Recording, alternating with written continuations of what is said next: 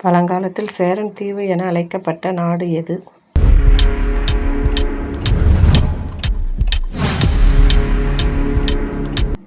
இலங்கை. பழங்காலத்தில் சேரன் தீவு என அழைக்கப்பட்ட நாடு இலங்கை. எந்த நகரத்தில் முதல் உலக தமிழ் மாநாடு நடத்தப்பட்டது?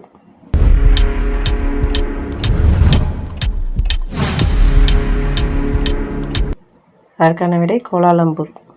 எந்த நகரத்தில் முதல் உலக தமிழ் மாநாடு நடத்தப்பட்டது? கோலாலம்பூர். ஒரு தலைமுறை என்பது சுமார் எத்தனை ஆண்டுகளை குறிக்கும்?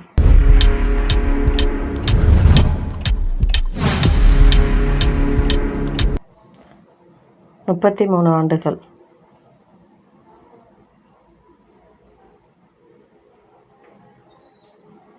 உலகிலேயே நதிகளே இல்லாத நாடு எது?